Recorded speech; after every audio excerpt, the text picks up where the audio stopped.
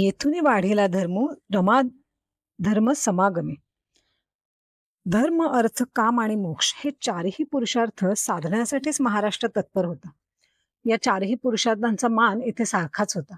राजदंड, धर्मदंड आणि तराजू समतोल विवेकाने वापरले जात होते.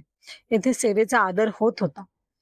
योगी, विरागी, संत संन्याशांचे स्थान जनमानसात राजपुरुषांहूनही अधिक मानाचे होते. समाज वागत होता एकोप्याने.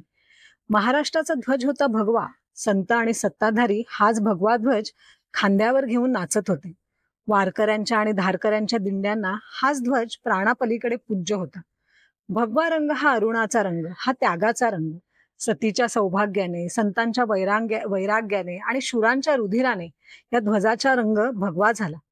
वैभव आणि वैराग्य, सत्ता आणि सेवा यांचे आदर्श निर्माण करा म्हणून आदेश देणारा, अग्नीच्या ज्वाळेसारखा फडफडणारा हा ध्वज सहस्रावधी वर्षांचा तेजस्वी इतिहास, सुसंस्कृती आणि सद्धर्म यांचे प्रतीक होता.